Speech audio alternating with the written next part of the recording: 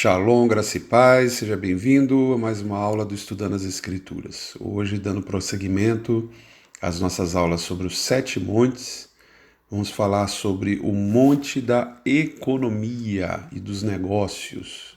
O foco do monte da economia, obviamente, é a atuação no sistema econômico mundial das nações. Vem do grego oikos nomos, que é lei da casa, né? Economia, lei da casa. É a ciência que trata dos fenômenos relativos à produção, distribuição, acumulação e consumo de bens materiais. O capitalismo tem se provado o melhor sistema para eliminar a pobreza sistêmica na sociedade, ao preservar o direito do indivíduo de depender do seu próprio esforço, acumular e desfrutar dos produtos gerados por esse esforço, sendo estimulado a utilizar os seus recursos, sejam materiais ou intelectuais, da forma mais eficiente possível. Você deixa a cargo do indivíduo o produzir e o gerenciar, né, da forma que ele achar melhor a sua riqueza. Ele vai usar todos os seus esforços para produzir a maior quantidade possível de riqueza, a comprar os melhores produtos possíveis pelo melhor preço possível. Okay? Você só consegue esse arranjo econômico dentro de um sistema capitalista. Ok? Longe da gente estar entrando em política aqui, nós, na verdade, estamos constatando fatos. Você olha para os últimos 100, 150, 200 anos de história da humanidade, você vai ver que onde o capitalismo foi implementado, a economia ela deu saltos gigantescos. E é muito importante, na verdade eu nem quis muito entrar em questões políticas no próprio monte da política, mas quando nós falamos de economia, nós estamos entrando, na verdade, num campo muito mais técnico, né, do que ideológico. E o fato é que os números, os fatos mostram que, longe de ser perfeito, mas o capitalismo, ele de longe é o sistema econômico que mais riqueza gera nas nações. Você tem um grande mantra que é dito hoje em dia, né, que gera desigualdade. A questão é que você precisa daqueles que criam os novos produtos que todo mundo quer e por isso ficam milionários, bilionários, ao mesmo tempo em que você eleva, na verdade, todo o nível econômico de uma sociedade inteira. Só você pegar Estados Unidos, por exemplo, um pobre nos Estados Unidos hoje tem carro, tem casa própria, tem todos os eletrodomésticos, pode viajar de avião, pode, enfim. É uma pobreza relativa. Se você for comparar um pobre americano com um pobre da África subsaariana, por exemplo, né, não tem nem comparação.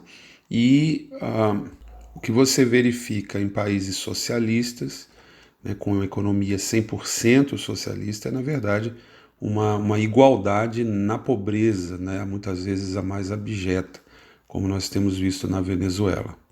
E antes que paixões políticas e ideológicas venham à tona, já no início assim, dessa aula de saída, eu concordo com o que eu ouvi do príncipe Luiz Felipe Orleans Bragança, um grande cientista político, que diz que um país de economia livre, economia liberal, ele pode e deve ter políticas socializantes, mas um país com economia 100% socialista simplesmente não funciona.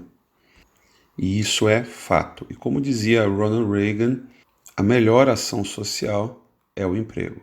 E você mede a eficácia de um programa social não pelo número de pessoas que entram, mas pelo número de pessoas que saem desse programa. Então não é que não se possa ter programas sociais, socializantes numa economia de mercado, só que para você ter inclusive dinheiro para poder distribuir para quem tem necessidade por um certo tempo, você precisa gerar dinheiro, gerar riquezas. Isso só é possível numa economia de mercado capitalista, ok? Então vamos lá. Um marco que nós vemos na história quando o capitalismo de fato começa a ser implementado, é a Revolução Industrial, ali principalmente na Inglaterra, e depois se espalhou pelo mundo, que estabeleceu o capitalismo como sistema vigente e não por acidente durante um período de um grande despertar espiritual. Você já me ouviu falar em outras aulas sobre primeiro grande despertamento, segundo grande despertamento, eles aconteceram exatamente ali no final do século XVIII, início e meados do século XIX, exatamente o período em que as economias, principalmente no Ocidente, passam a ser economias de mercado, capitalistas e industrializadas. Muitos criticam a evolução industrial, com mais uma vez, o capitalismo está longe de ser perfeito, daqui a pouco eu já vou falar o próximo tópico, mas você tem que levar em conta, você não pode estudar fora de um contexto histórico. Você vai ver que antes da Revolução Industrial, a sociedade era basicamente agrária, e muitos hoje criticam, olham fotos e notícias da época da Revolução Industrial de crianças trabalhando, mulheres trabalhando, às vezes 12 ou mais horas por dia. É terrível aos nossos olhos hoje, mas essas pessoas estavam morrendo de fome antes da Revolução Industrial. Elas não tinham trabalho, não tinham como sobreviver, não tinham como se manter. Elas estavam morrendo de fome, sem conseguir colher, e de repente elas estavam trabalhando. E claro, as críticas, o amadurecimento da humanidade, da sociedade, muito em parte por causa dos despertamentos espirituais, foram trazendo dignidade para o ser humano, foram trazendo dignidade para o trabalho. Isso é muito importante, ninguém está aqui tirando o mérito dessas políticas que melhoraram a vida dos trabalhadores. Só precisamos lembrar que no contexto histórico, essas pessoas, a alternativa para essas pessoas era morrer de fome.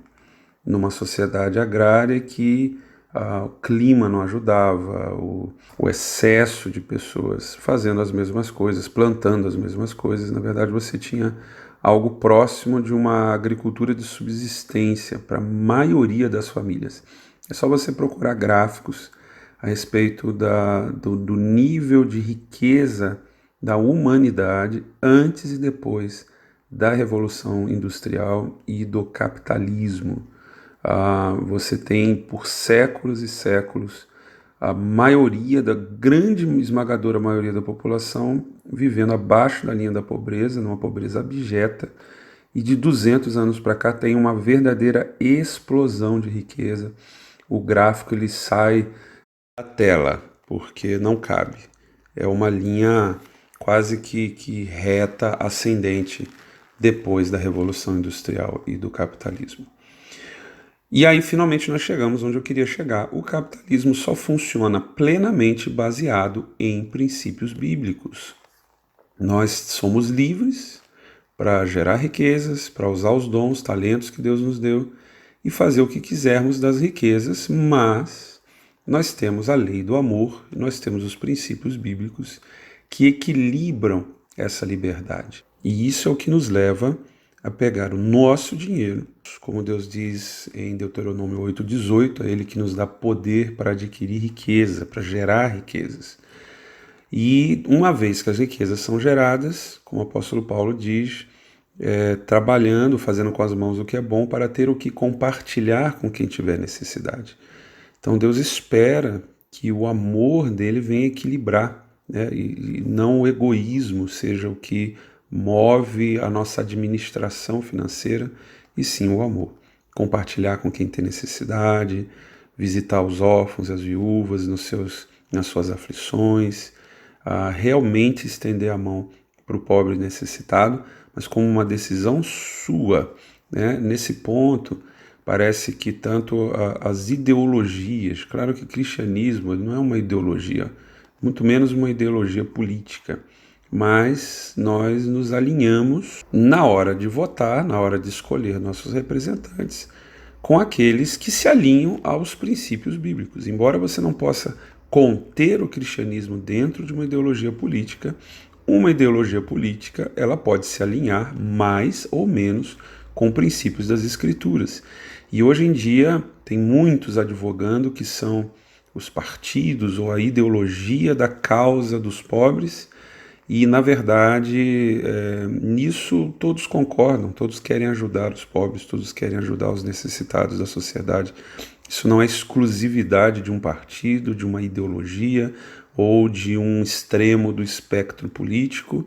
O problema é que divergimos fortemente nos métodos que serão implementados, e se você chegar no âmago da questão, nós vamos chegar no tamanho que o Estado deve ter. Isso seria uma coisa para a gente discutir mais na política, mas quando nós falamos de economia, não tem como a gente não falar do Estado, porque na nossa sociedade moderna é o Estado que regula a economia.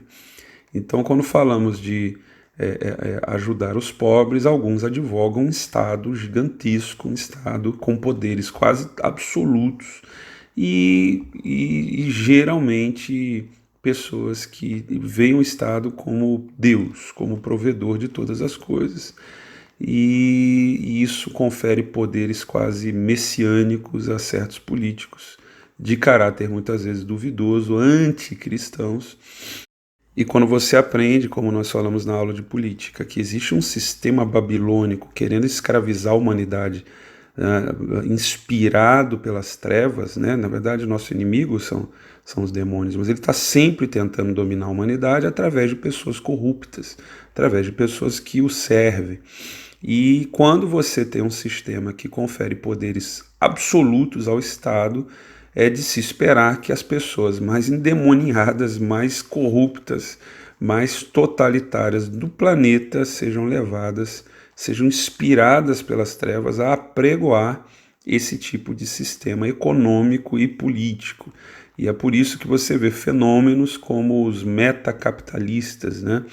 Que são pessoas que usam do capitalismo para ganhar dinheiro, para depois financiar ideologias políticas que, no fim das contas, o que eles querem é esse poder total absoluto para, inclusive, sufocar a igreja, sufocar, perseguir cristãos em nome de uma justiça social, em nome, enfim, nunca vão transparecer isso, nunca vão mostrar a realidade das suas motivações. Mas o interessante nesses dias é que o próprio Deus tem feito muitas máscaras caírem e muitos lobos em pele de cordeiro mostrarem suas verdadeiras intenções, suas verdadeiras motivações. Então fique atento a isso. No fim das contas, muitos políticos, principalmente, eles querem poder total para fazer o que bem entenderem. A última coisa que eles se preocupam, assim como Judas, é realmente com os pobres, ok? Você conhece a árvore pelo fruto e não pelo que ela diz. As pessoas dizem o que querem, mas nós conhecemos a árvore pelo fruto. Veja também um sistema pelo fruto e não pelo que ele diz ser. Veja uma ideologia política, um sistema econômico pelo fruto e não pelo que ele diz ser. Não podemos ser ingênuos, não podemos ser facilmente manipulados. Uma economia saudável flui de pessoas que possuem autogoverno e honram princípios bíblicos para controlar seus interesses econômicos de forma responsável. Por isso você precisa dos princípios bíblicos, você precisa de autogoverno. Ele flui, numa economia saudável, flui de uma liberdade interna que só Cristo dá e não pelo homem ou pelo Estado. É muito perigoso uma sociedade projetar no Estado, né, um governo que deveria ser individual, um autogoverno. Quando você transfere para o governo responsabilidades que são suas, você também entrega da sua liberdade para esse governo. E é isso que as sociedades muitas vezes não entendem. Olham para o Estado, que é um grupo de pessoas investido de poder pela sociedade, e olham para eles como os salvadores da pátria. E sem esse autogoverno, na verdade, está a receita para perda de liberdade. Por isso, o desafio de uma economia cristã não é manter a liberdade, mas a ordem. O homem deve ser disciplinado internamente para que não infrinja direitos dos outros. Uma vez que você não tem essa ordem na sua vida, na sua família, e as famílias não estão em ordem, a tendência é entregar a sua liberdade, perder a sua liberdade por consequência de não se manter a ordem, a disciplina interna. E aí você começa a ver todo tipo de direito, porque se o Estado é quem te dá os direitos, ele também pode tomá-los de você. Uma sociedade incrédula não terá fé na providência de Deus, o que resulta numa mentalidade de recursos limitados. E aí você vê um contraste gritante entre, por exemplo, países protestantes, católicos e não cristãos. O estado econômico de uma nação depende da fé desse povo e de uma cosmovisão bíblica. Por exemplo, para que haja comparação, Índia e Estados Unidos, você tem uma nação, né, muito idólatra na Índia e você vê bolsões de pobreza abjeta.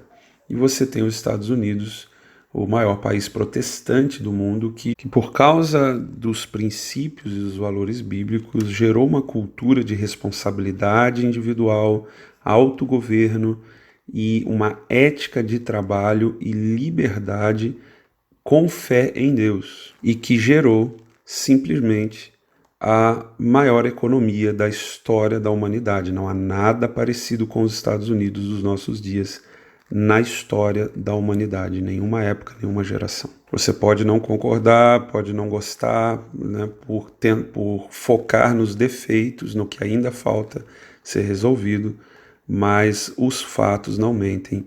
É a maior economia da história da humanidade e não é um acidente ser uma economia de ética protestante. Vamos então à fortaleza espiritual desse monte, que são os cananeus.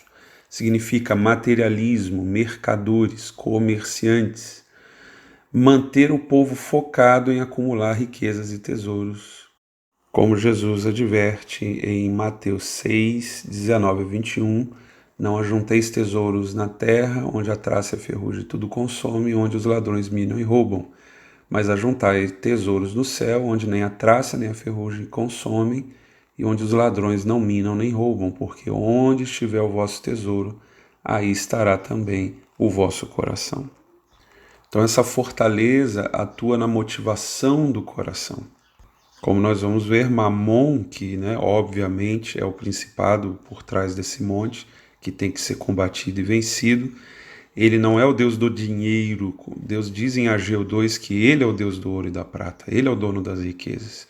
Mas Mamon é o espírito que age no amor ao dinheiro. Então o problema, desde já vamos deixar isso claro, o problema não é a riqueza é uma bênção se bem usada, o problema é o amor às riquezas. Ser rico no mundo sem ser rico com Deus significa que você acumulou aquela riqueza para você e não para servir a Deus, o seu reino, e servir as outras pessoas. Então é uma fortaleza que atua na motivação do coração, e aí você vê como patriarcas, inclusive de Israel, caíram com essa nação, com os cananeus, que significa materialismo, mercadores e comerciantes. Judá, por exemplo, caiu com a filha de um cananeu chamado Suá, né, casou com a filha dele, né, na verdade caiu, né, com a filha de Suá, em Gênesis 38, 1 e 2, mas antes ele se afastou dos seus irmãos. Então ele se afasta e acaba caindo no pecado sexual com uma cananeia. Suá, né, o nome do pai dela, né, desse cananeu, entre outros significados, significa riqueza. Então, na verdade, ele se afasta, o coração dele se afasta da comunhão dos irmãos por causa desse amor às riquezas, e ele acaba caindo em pecado sexual. No mesmo capítulo, ele cai com Tamar, né, sua própria nora, por causa de toda essa bagunça que acontece na vida de Judá, né, por causa de uma família cananeia e porque o coração dele se apegou a riquezas e depois caiu em pecado sexual. Gênesis 46:10, Simeão, outro patriarca, teve um filho com uma cananeia chamado Saul, e Saul significa mendigar, requerer, pedir. Então, é uma fortaleza que atua tanto no materialismo quanto na pobreza. No livro de Josué, coincidência ou não, foi a nação que mais ofereceu resistência. Josué 16:10, você vê isso. São persistentes e teimosos, só serão eliminados com obediência fiel e expulsando as motivações erradas. Josué 17, 12, 13 e 18 fala dessa luta ali de Israel para tentar eliminar essa nação, essa fortaleza, que está ligada às finanças. Bom, o principado, como já dito, é Mamon. E em Mateus 6:24, Jesus diz que ele é um Senhor, com S minúsculo. O Senhor dos senhores é Jesus. Mas Mamon, ele tem uma influência tão forte no coração de tantas pessoas que o próprio Jesus disse que ele é um Senhor. E o próprio nome no original Mamonas vem de confiança e avareza. É uma idolatria do coração ao dinheiro, uma confiança excessiva no dinheiro. Como a palavra nos diz em 1 Timóteo 6,10, a raiz de todos os males é o amor ao dinheiro. Não o dinheiro, mas o amor ao dinheiro. Por isso, o alvo de Deus não é só nos abençoar, porque essa fortaleza no coração poderia desvirtuar a bênção de Deus, mas fazer de nós uma bênção. E ser uma bênção é focar no reino e nos outros. A estratégia para esse monte, então, é estabelecer uma economia cristã pautada em princípios bíblicos, onde todos dizimam na obra de Deus, onde todos ofertam, primiciam, cuidam de pobres, cuidam de viúvas, cuidam de órfãos, distribuem, abençoam outros, ajudam outros a abrir os seus negócios. E nós precisamos de apóstolos de mercado, que são exatamente empresários que vão prosperar abundantemente a fim de distribuir a riqueza debaixo de orientação do Senhor para a implantação e avanço do reino de Deus. E um conceito que nós precisamos ter ao falarmos desse monte é o conceito de avodá, uma palavra no hebraico do Antigo Testamento que significa tanto trabalho quanto adoração. Porque na mentalidade hebraica os dois são a mesma coisa. O seu trabalho é adoração. E quando você está trabalhando, você está adorando. E por isso o seu trabalho tem que ser feito com excelência, como para Deus e não aos homens. Isso possibilita, essa mentalidade, esse conceito possibilita que os cristãos transponham as barreiras religiosas para serem adoradores no ambiente de trabalho e façam tudo com excelência, para poder estabelecer novos planos que gerarão riquezas abundantes. Nós necessitamos de apóstolos de mercado que receberão as estratégias do Senhor. Como nós temos visto ao redor do mundo, vários grandes empresários cheios de Deus, cheios do Espírito, que se levantam com essa autoridade apostólica para poder estabelecer a riqueza, para poder gerar riqueza que vai ser utilizada diretamente nos propósitos do reino. Está acontecendo como nunca e você que está me ouvindo pode ser um próximo, pode ser um deles. Isso está de acordo com Deuteronômio 8,18. Ele é quem te dá poder para gerar, para adquirir riquezas. Então, o tributo que Jesus é digno de receber nesse monte, de acordo com a lista de Apocalipse 5, é obviamente a riqueza. Ele é digno de receber a riqueza. Não só as ofertas que o honram, mas também os sistemas econômicos fundamentados apostolicamente, eliminando a pobreza sistêmica das nações. Um exemplo que me vem assim muito à mente quando eu falo desse sistema econômico fundamentado apostolicamente, eu me lembro do apóstolo Jackson Senionga, de Uganda, na África. Tive a honra de traduzir um vídeo dele para uma escola apostólica aqui no Brasil. E ele tem algo muito interessante. Deus levantou empresários, Deus levantou a congregação dele, que é a maior do país, presidente, ministros, senadores, ministros de Estado são membros, são discípulos dele. Ele tem uma rede de TV, tem um banco, que é um dos maiores bancos nacionais, que é da igreja.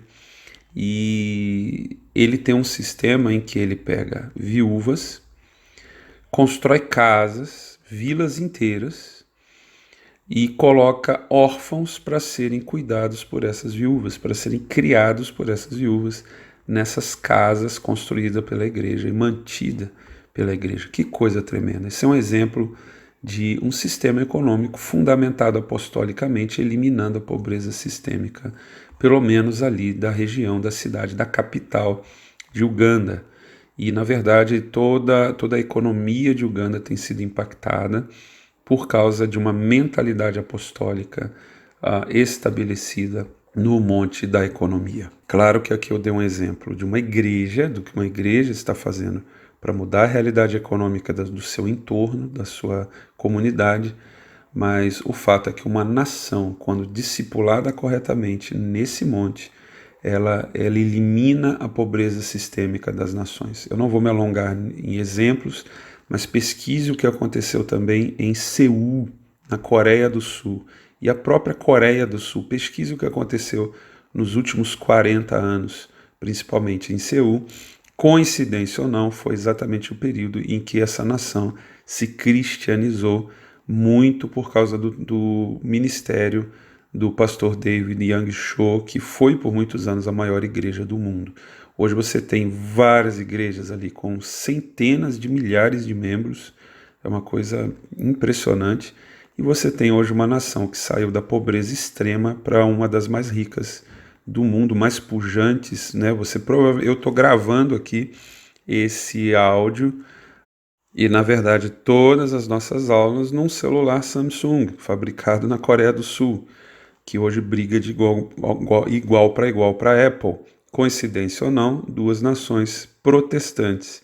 Nós temos aí as duas maiores marcas de celulares e algumas das duas maiores empresas do mundo, que mais geram riquezas no mundo. Não estou dizendo que são empresas cristãs, certamente tem muitos cristãos trabalhando, mas são empresas que surgiram num ambiente de liberdade, de criatividade de duas nações extremamente protestantes. Por isso eu creio que o Brasil e a economia do Brasil estão caminhando para uma pujança que nós nunca vimos na nossa história, e isso anda lado a lado, de mãos dadas, com o despertamento espiritual que eu creio que o Brasil já tem vivido e vai se multiplicar nos próximos anos. O ministério, então, que mais se manifesta, mais atrelado a esse monte, é o apostólico, mas é um apostolado de mercado.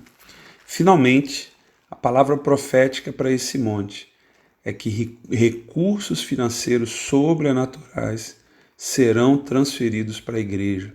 O jugo do espírito de pobreza e morte financeira será quebrado em nome de Jesus. Apóstolos de mercado emergirão e serão reconhecidos pela igreja, trazendo estratégias para a transferência de riqueza. Será um tempo para empreendedorismo e a alma do diligente prosperará. Teremos que ser diligentes na hora de empreender.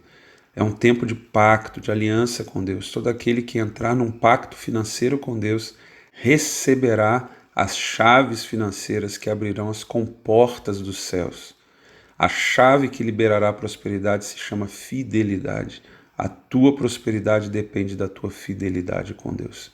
A operação sobrenatural dos anjos financeiros trará vitória sobre as dívidas. Contudo, é importante lembrar de que tudo depende da tua fidelidade com Deus. Empresas emergirão a partir de estratégias criativas liberadas através do profético do Senhor. Crede no Senhor e estareis seguros, crede nos seus profetas e prosperareis. Glória a Deus. Embora a gente já tenha arranhado aqui a superfície de vários assuntos relacionados a finanças sobrenaturais e finanças do reino, nosso foco aqui nessa aula foi o monte da economia. como Deus vai mover, está movendo e vai se mover nos próximos anos e décadas no monte da economia. Se você tem chamado para isso, provavelmente o seu coração queima, arde para poder abrir uma empresa ou trabalhar numa empresa para gerar essas riquezas que serão transferidas para o reino de Deus, para avançar os propósitos do reino de Deus. Mas fique atento que em breve nós iremos inaugurar o módulo de finanças do reino e vamos mergulhar mais profundamente nas chaves da prosperidade no reino de Deus. Deus abençoe. Até a nossa próxima aula. Shalom, shalom.